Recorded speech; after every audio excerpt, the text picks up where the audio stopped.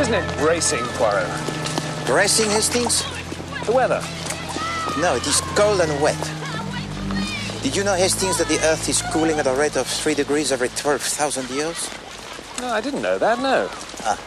Still, beautiful fountain, isn't it? It's feeble, Hastings. Fountains used to be more vigorous. Artistic, too. I don't know what's wrong with you today, Poirot. Nothing seems good enough for you. I am finished, Hastings. Finished? Yes. I shall retire, I think. But you're at the height of your powers, Poirot. You are being kind, Hastings. No, I'm not. And you've got a nice home, devoted friends, a brilliant career. No, mon ami. I am nothing. I have nothing. Poirot is finished.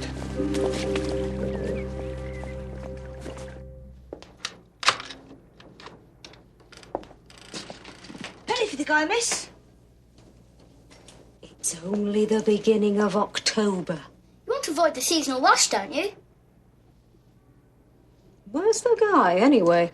Out the front. Come and have a look if you don't believe us. The old basket downstairs won't let us in with the guy. No! Stop, ready? You clear off if I catch you in there again.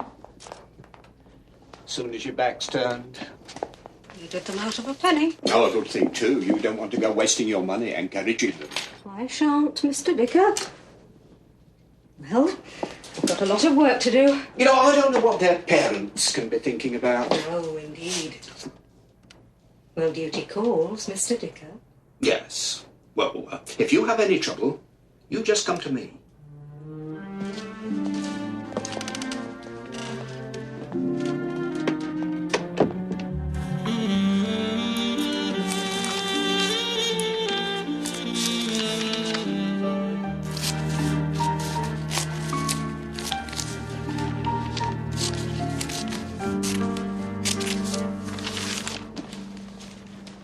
I'm worried about Poirot, Miss Lemon.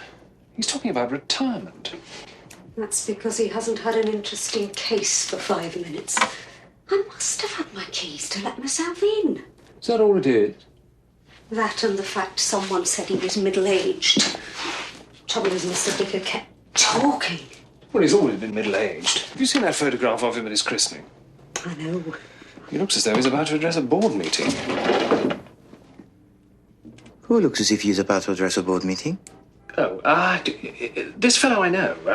Funny chap. Well, not funny, quite serious, really. Company director. Hastings. As a matter of fact... Hastings. Right. I'm going to take you to the seaside, Hastings. Your little grey cells are exhausted. You are in need of the complete overhaul. Miss Lemon, my tisane, if you please.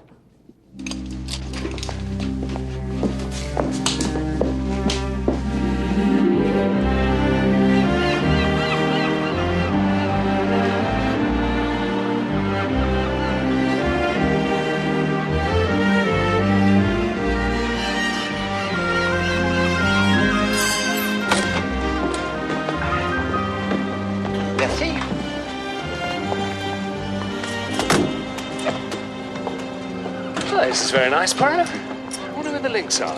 No. These things, you are not yet well enough for games. I shall tell you when you are. Strange that it's called the Midland Hotel. That's in the north, Poirot.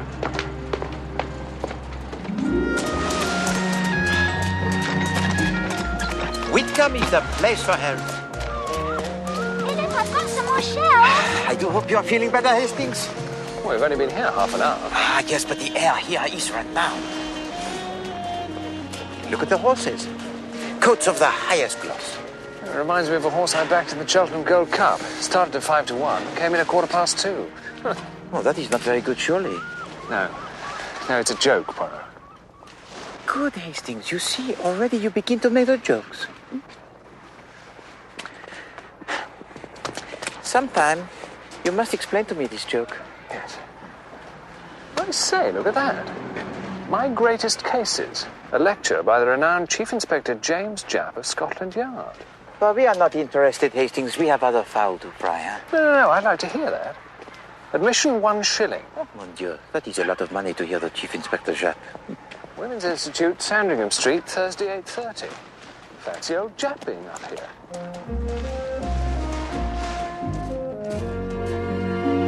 There you are, madam. That's very reasonable. Windermere for 1 and 6. Reasonable if one wants to go to Take Windermere. it to Windermere, Pretty please. pretty there. Why don't we give it a go? I've heard there's a pleasant hotel. That's bed and breakfast. At what time does the train leave? Well, I don't think it's a train. A bus, Hastings? No. Poirot does not travel on buses. Oh, come on, Poirot. It'll be fun.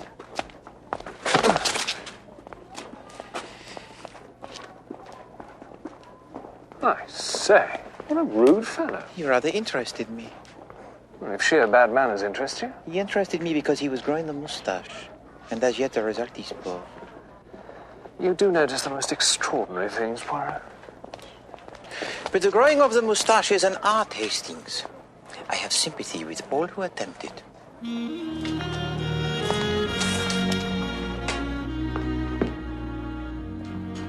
We were very lucky to get these, you know.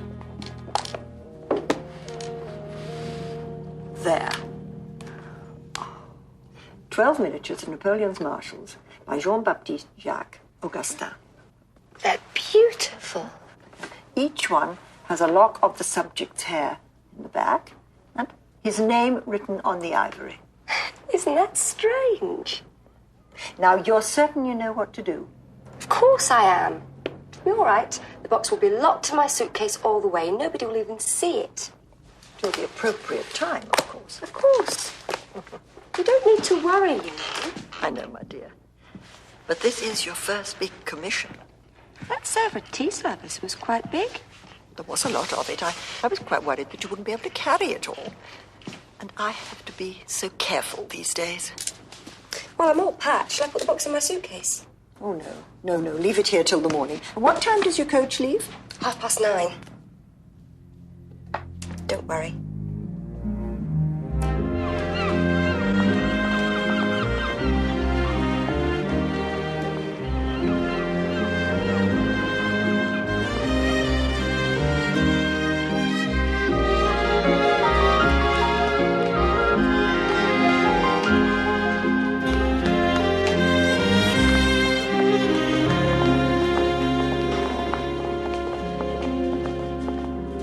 Thank you very much.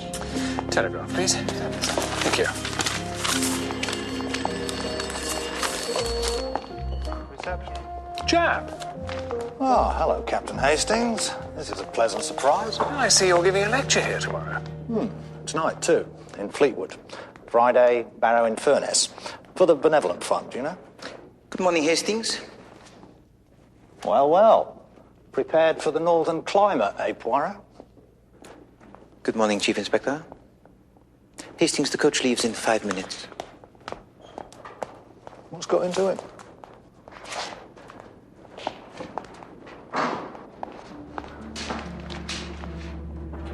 I'll be at Redburn at 12:40. I don't want to have to hang about there. No, I know. I know you've got the more difficult job. We'll make it. Don't worry. I'll wait for you where we arranged. Just so long as there isn't any fuss. No. Look, I've got to go now, or I'll miss the bus. Yes. You too.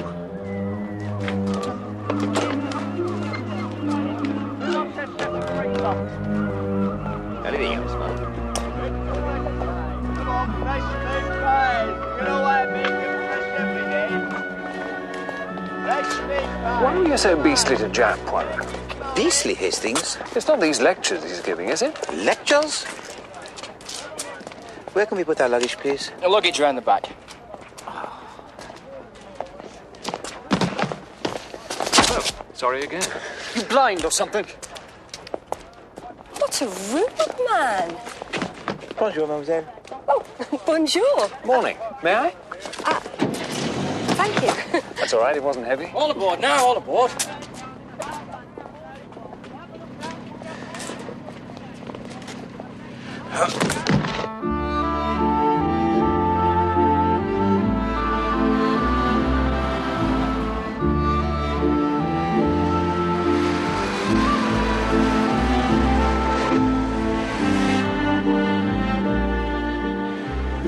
So you work for your aunt, Miss Durrant? Yes, we specialise in beautiful quality antiques. Of course, I'm still only learning the business. I'm sure mademoiselle will be very successful. Some of them are worth an awful lot of money. I was surprised. My aunt's got clients all over the world. Ah, so she travels a great deal, huh?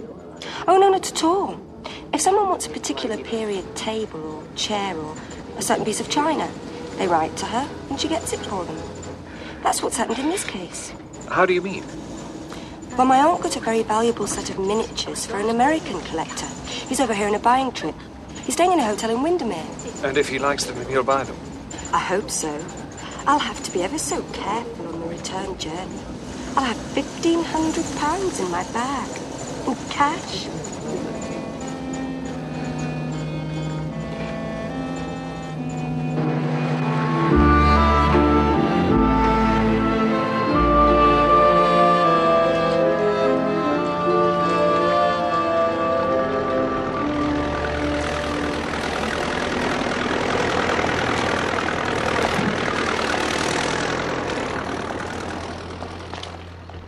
Excuse me. Thank you. Sorry.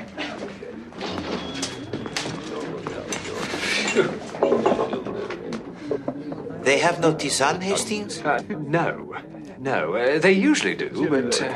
You did not ask, Hastings, did you? I couldn't, Poirot. Never will he ask for the tisane for me. I don't know what a tisane is. It's a sort of horrible herb tea. There's such a scrum out there. They've only got one chap serving. Excuse me? Where has she hurried off to, the little one? Oh, some women's thing, I expect. Grand girl, isn't she? Yes, she is very nice, Hastings. You noticed her eyes? Very unusual colour. Oh, most unusual, Hastings. It is called blue, I think. Hastings, why do those people keep staring at me and push each other and laugh? I don't think they've ever seen anyone quite like you before, Poirot.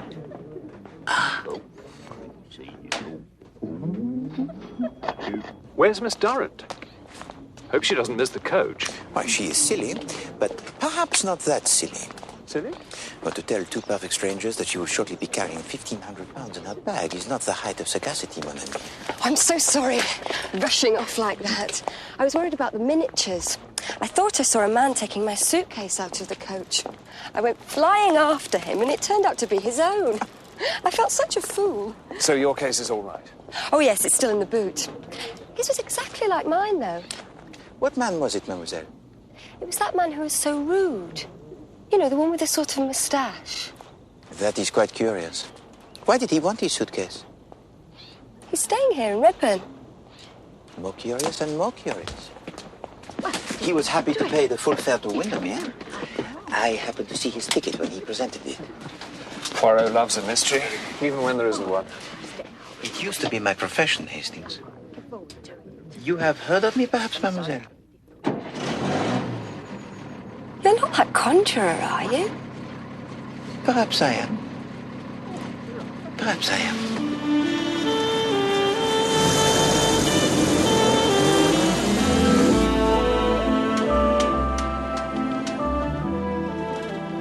No, I'm at Redburn. No, it's all going according to plan at my end. No trouble at all. Well, just as soon as you can, for God's sake. The sooner we're out of the area, the better. No, it's all right. I'll take that. All right. No, just someone wanted to take my case. Yes, don't be long.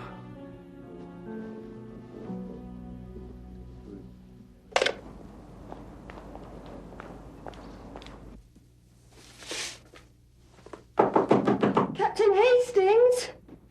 Captain Hastings! Oh, I'm sorry. The most awful thing's happened. What? They've gone. The miniatures? Come and look. I opened my suitcase.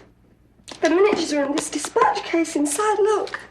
The lock's just smashed. Was it like this when you opened it? Yes. I don't know what to do. Poirot, don't worry, Miss Durrant. You stay here. We'll sort things out. What are we going to do? Mon ami, I am Hercule Poirot, detective retired. I cannot help you, I'm afraid.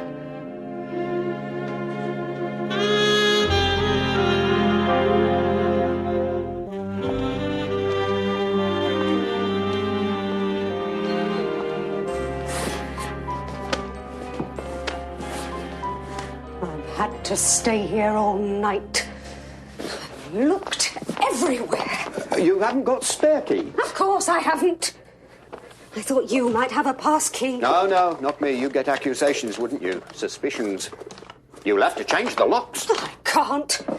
Mr. Poirot would never forgive me if he found out I'd lost the keys.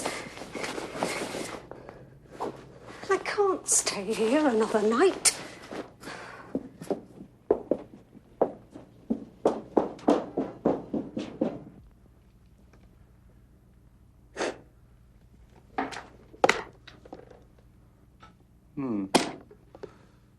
And these miniature pictures are worth like £1,500, you say? Yes, at least. The thief's getting away while we waste time. It won't get far, miss, don't you fret. It's brains and cunningness counts in this job, not brute speed. I've just spoken to Mr. Wood, the American. A woman called on him 2 hours ago, I'm afraid. Mr. Wood was delighted with the miniatures and paid her for them. But that's before we arrived here. Well, a fast car from Redburn would have got here long before us. Oh, it's all my fault.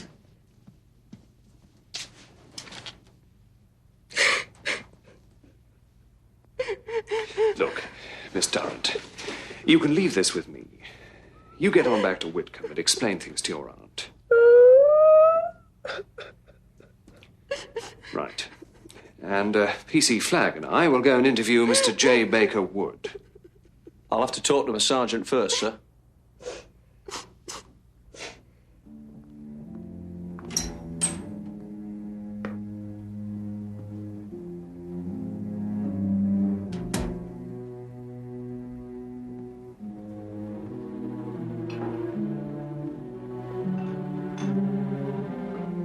Time, gentlemen. Come on.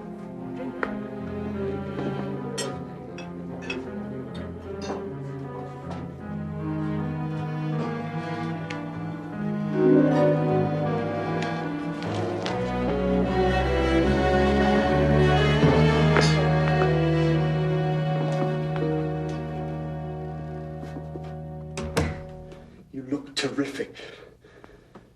I scarcely recognized you in that get-up. That's the idea, just in case they've got wind of us. It's wonderful to see you. Thought we'd never make it. Did you have any trouble getting away? None at all, as it happens.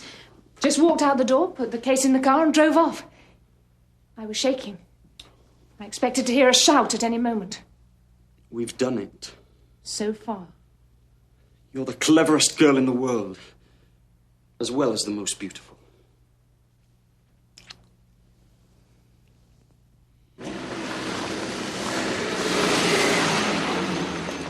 She's going to cop it from her auntie, that girl. Sounds a bright one, she does. Leaving all that stuff on the bus while she goes off and has a dinner. Well, it was in the boot of the coach, actually. One or two interesting points about this case, you know? Oh, yes. Well, why was the dispatch case forced open, for instance? Well, to get these here little pictures out. But why? Surely it would have been simpler to open Miss Durrant's suitcase, transfer the dispatch case unopened to his own suitcase, and get away, rather than waste time forcing the lock. Well, she'd have noticed the difference in weight as soon as she took the suitcase out the boot, wouldn't she? And he'd had less time to make his escape. Oh. Well, yes. There is that.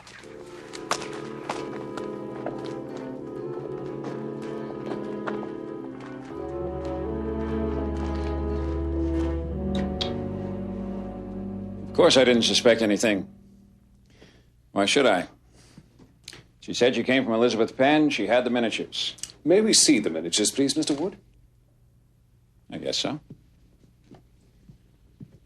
We'll need a description of this woman, too, sir. Description? Was she young? Pretty?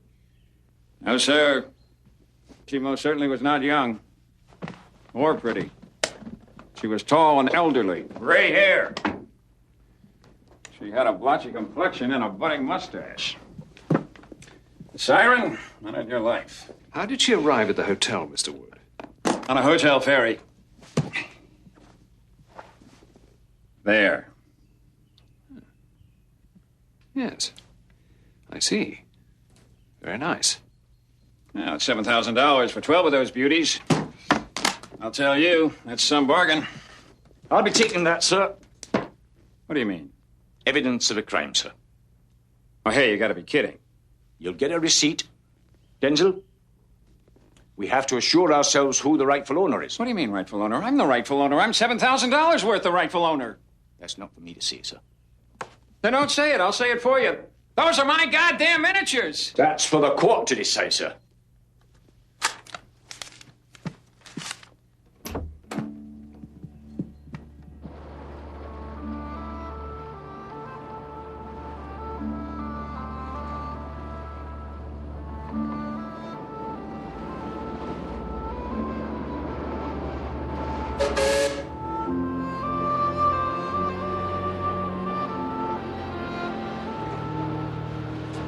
You mean you have to come from the railway station by boat? The station's on the other side of the lake. There. Oh, I see.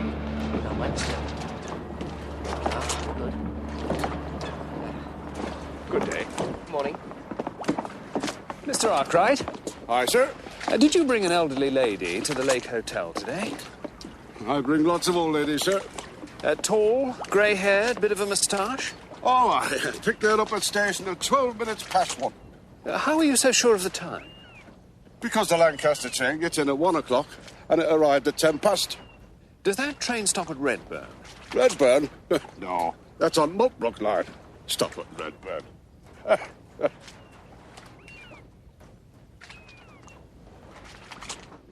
Mary Durrant arrived at Redburn at about 10 past 12. I mean, we know that. We were with her. An hour later, an old lady is here in Windermere with the miniatures and on her way to Wood's Hotel. Now, I'm sure it was the fellow with a bit of a moustache dressed up. He could have got from Redburn to Windermere in an hour in a fast car. But the old lady didn't arrive by car. She got off a train, and a train that doesn't go near Redburn at that. Hastings, why do you not grow the moustache? What? I did not achieve true facial symmetry until I grew the moustache. It caused me great unhappiness as a young man. I don't want facial symmetry. I want help. Oh, well, I am retired, Hastings. Such puzzles no longer interest me. Oh, I think I will go back to Whitcomb in the morning. Oh, all right. Hastings, the fact that the ferryman picked her up at the station does not necessarily mean that she got off a train.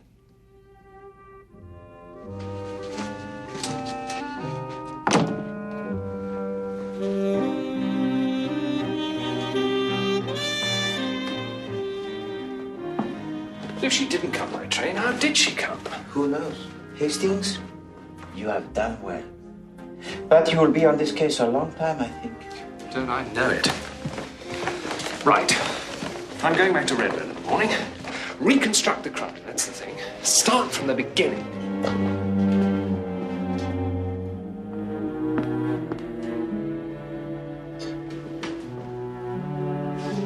The start of a new life.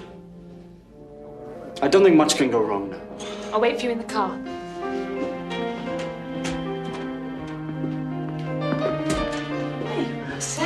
There's a change. Thanks. Come back and see us again, won't you?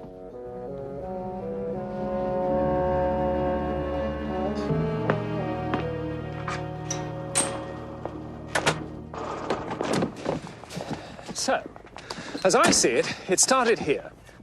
This fellow with a bit of a moustache had an accomplice with a fast car who drove him to Windermere while he got dressed up as a woman in the back seat. Need to be a pretty sporty car to do that journey in the time.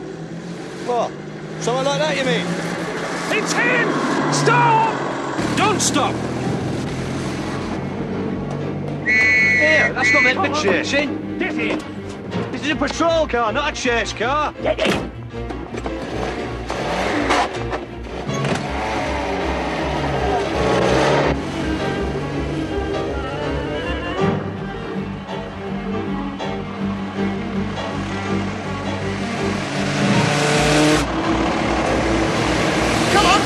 Get out of the way! Move over. Go on! Out of the way! I'll have you! There's nowhere they can turn off for a bit. Not till they get to Beckersdale.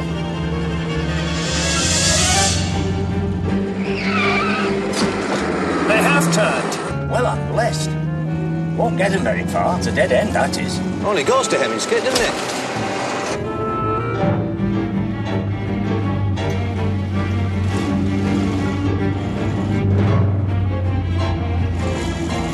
I hope we don't meet anyone coming the other way.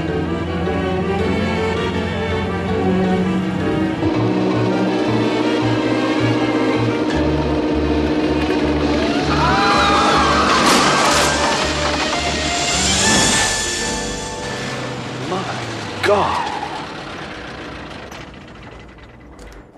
Come on, Sergeant.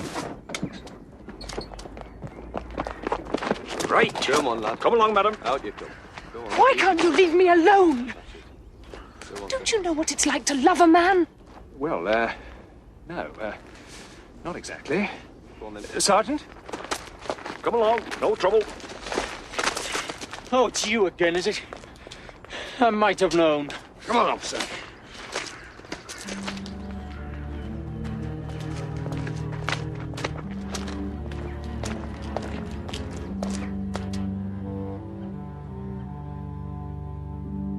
Why should I help you? Because that way we might get your money back. I'm going to get my money back, all right. My attorney's on his way up here from London. Look, if we could just... All right. Can we just get on with it? Ready?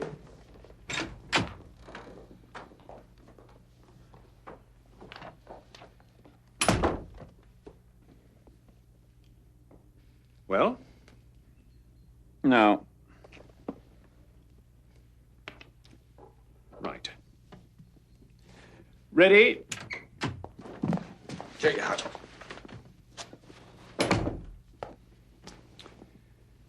Well? Now. Don't hurry. I mean, take a good look. I mean, imagine him dressed up as a woman. Hat, skirt, all that sort of thing. It's not him. But he's got a moustache. You said she had a moustache. The woman who showed me the miniatures was nothing like that. She didn't have a mole like that. Like what? Well, that mole on his forehead, for God's sake. Couldn't hide that. No. Wait a minute. Wait a minute. Oh, no. That's Lady Amanda Mannerly. Who? Well, don't you guys read the papers? I mean, she's eloping with that novelist, Norton Kane. Are you Norton Kane?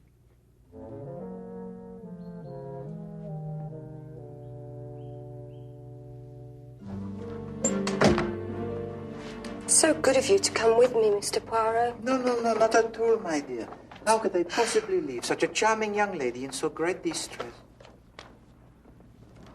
But perhaps now that I am here, I can help you to explain this delicate matter to your aunt. Oh, thank you so much. Mary, is that you? How did you go? I've got Mr. Poirot with me, Aunt Elizabeth. We came back to Whitcomb on the bus together. Mr. Poirot is a famous detective. Do you think I don't know that? Oh, you are too kind. But something terrible's happened, Aunt Elizabeth. I don't really know how to tell you.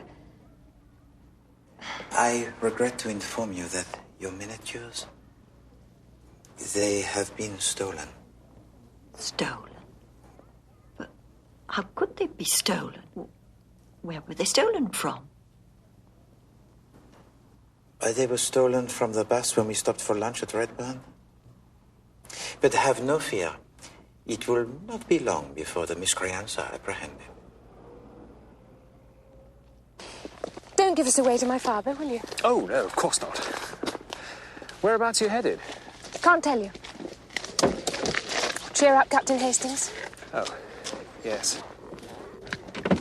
I'm sure you'll catch your robber.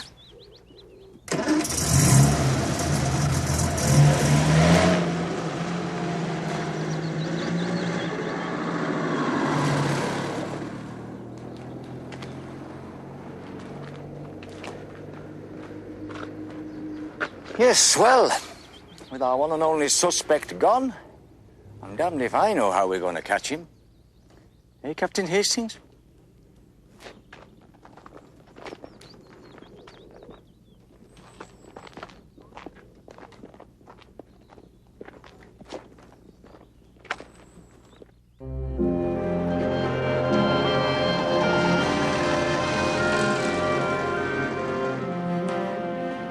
I'll start with the fish soup, followed by the haddock. Try and shake up the old grey cells a bit. You see, what I can't understand is, if Norton Kane wasn't the woman with the moustache, who was? You have done your best, Hastings. The renowned Chief Inspector Japp would have given up long ago. Thank you. You're not jealous, Poirot, are you? Japp being asked to give these lectures? Jealous? Nom de Dieu. Of what interest is it to Poirot, the Whitcomb Institution for Women, huh? If it was a Royal Society now... But then I hardly think the Chief Inspector Japp would be invited by the Royal Society. No. It is only the Institution for Women at Whitcomb and such places that they will listen to the Chief Inspector Japp claiming the cases of accused Poirot for his own. Oh, I'm sure Japp wouldn't do that. Hastings, can we please talk of something else? The renowned Chief Inspector Japp is of no interest. No, thank you. I've got to see Mary Durrant tomorrow. Here we are.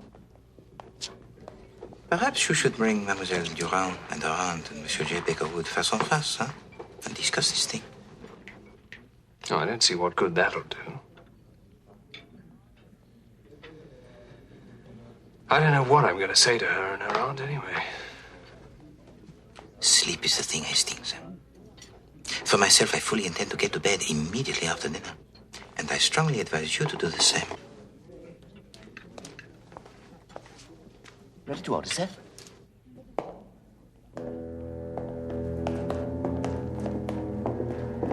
Light.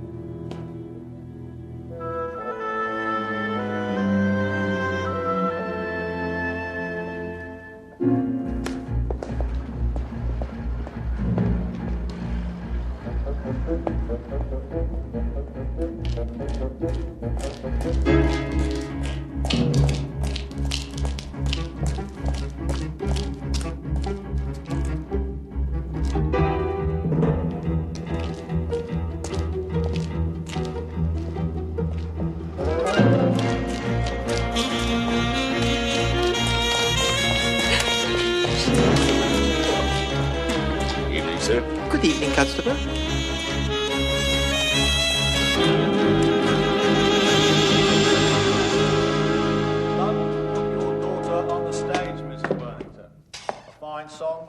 old coward.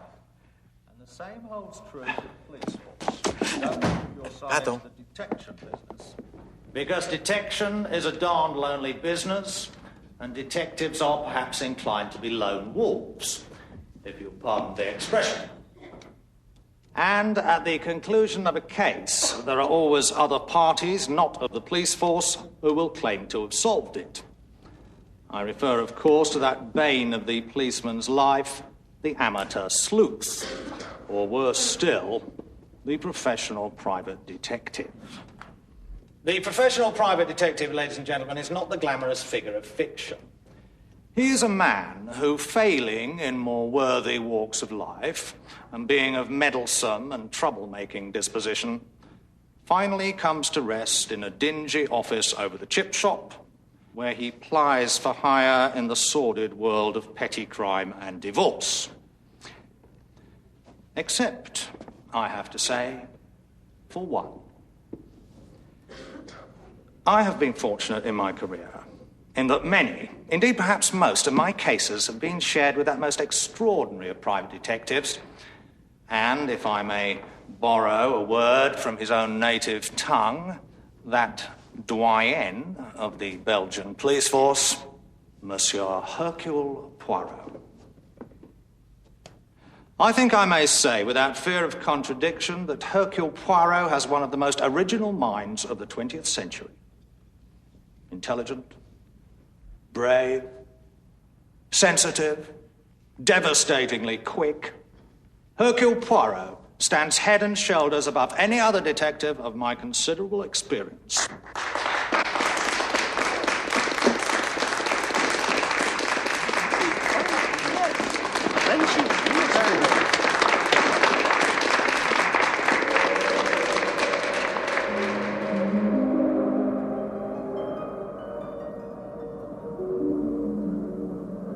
I say, Miss Lemon, I'm fearfully worried about the keys.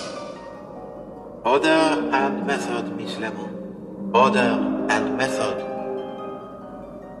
The Lagonda's got a hole in it, Miss Lemon. The filly's on fire and the keys are bent. Sans tonnerre, deux garçons sur le feu de joie. The little grey cells, Miss Lemon, reconstruct the scene of the crime, mon ami.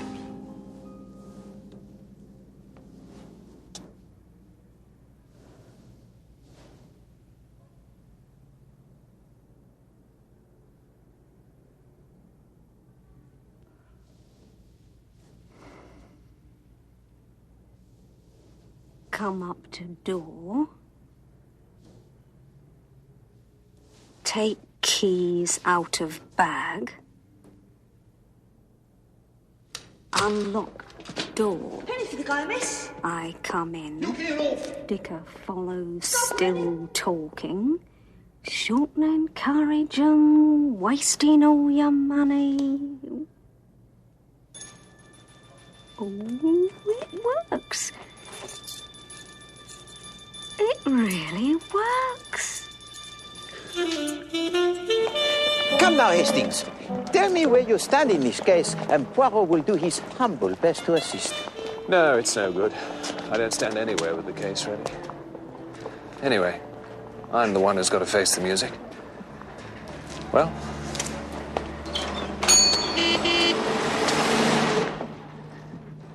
Captain Hastings. Hello, Miss Durrant. Have you got some news?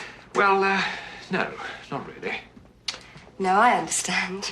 Hello, Monsieur Poirot. Mademoiselle? I haven't given up yet. Yeah, the shop of your aunt is beautiful, mademoiselle. Well, she'd love to see you if you can spare a moment. We would be delighted. Monsieur Poirot's here, Aunt Elizabeth. And Captain Hastings. Oh, how nice. Have you managed to retrieve our miniatures for us, Monsieur Poirot? Oh, pardon, mademoiselle. It is Captain Hastings who is in charge of this affair. And he hasn't, I'm afraid. Well, we found them all right, but we can't retrieve them. Mr. Wood says he bought them in good faith, so they're his. So he's still got them? I know the police have taken them. Well, I'll get them back in due course. Well, that depends on what the court decides. It would help if we could catch the thief. Oh, my God. What is it, Captain Hastings? I've got it. I've got it. I've got it. Miss Penn, I can get your miniatures back. You may be able to help, too. Excuse me. Hastings, wait! Come on, Poirot. What on earth are you playing at, Hastings? I've got it, Poirot. What? What have you got? The answer to this case. It must have been the haddock. I feel wonderful. Hastings! I'll see you in the hotel later.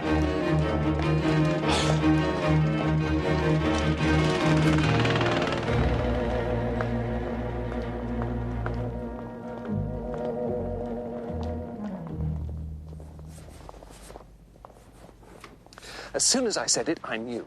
Who knew Miss Durrant was on her way with the miniatures? Who could have found out she'd be stopping at Redburn at lunchtime? And who had a fast car to get into Windermere? I don't know. Who? J. Baker Wood himself, of course. Really? I don't believe any woman ever came to see him. I think he went to Redburn and stole the miniatures himself. What about the ferryman? Well, all he said was he'd picked up a woman at the station and taken her to the Lake Hotel. I imagine he takes a dozen women a day to the Lake Hotel. All right. But I don't know what you're going to do.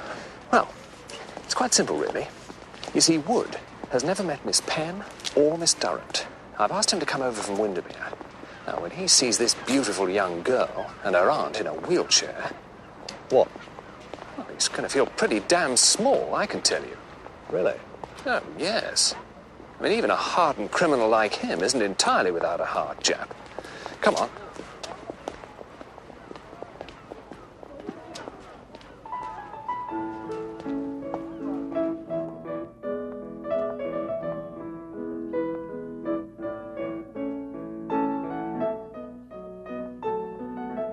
To follow me. There's a table for two over by the window. Oh, lovely. Thank you. I hope they're not going to be late. The timing's absolutely crucial. Since I am not going to be told what is going on in this case of yours, Hastings, I can make no intelligent contribution to any discussion of it. But it was your idea. You didn't want anything to do with it. It was my idea also to bring together these three people. Monsieur Wood, Mademoiselle Durand, and Mademoiselle Penn. I don't remember that. Now.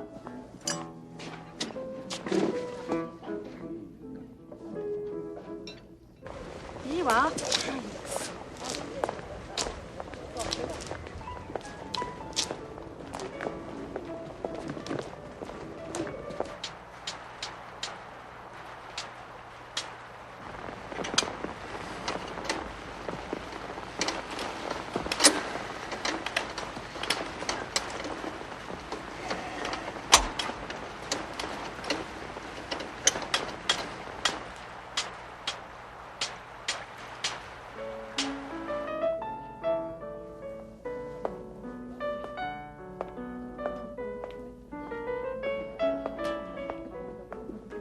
Have another plate of them sandwiches.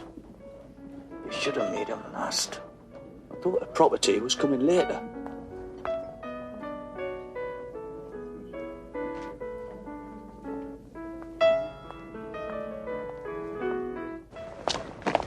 Steady. All right, steady now.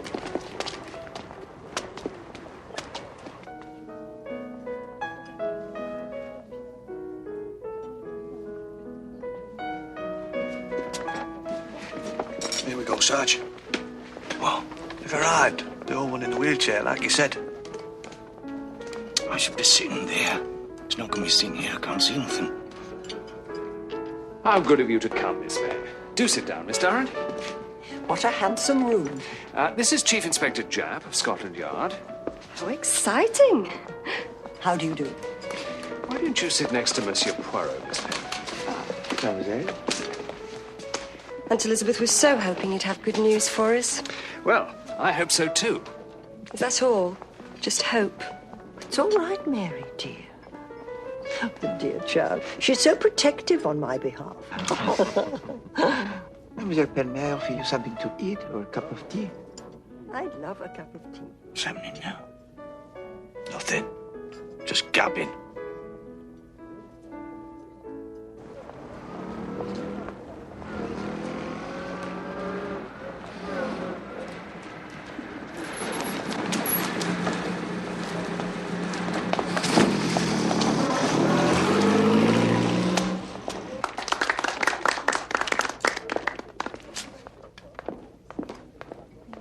One learns patience sitting in a wheelchair, Monsieur Poirot. I am sure that is true, mademoiselle.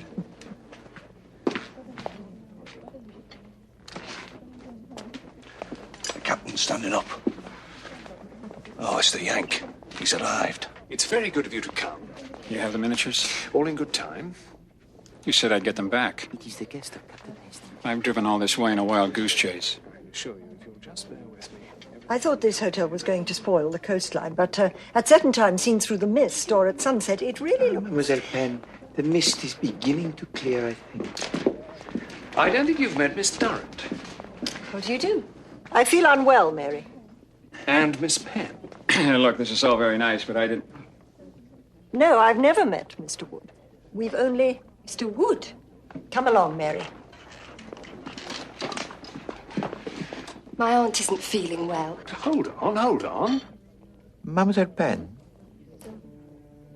how did you know it was Monsieur Wood, Mademoiselle Penn? Nobody has mentioned his name.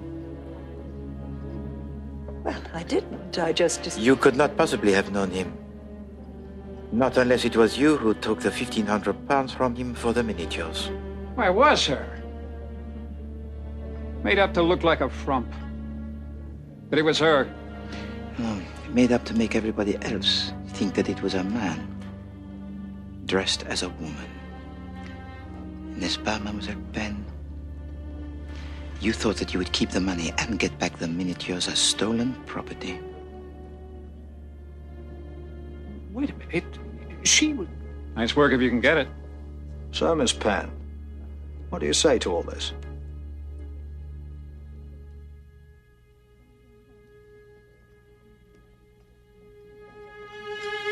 She's offside. Stop her! All right, that's you. Take her away, Sergeant. And now, Mademoiselle?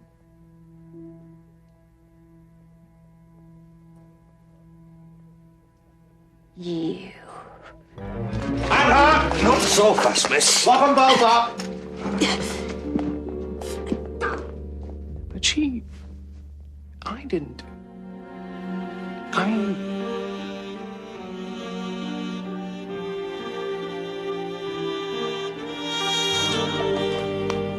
Hastings couldn't see it at first. He was trying to work out how the miniatures got from Redburn to Windermere. Quite. Exactly. Then he realised they'd never even been in Redburn.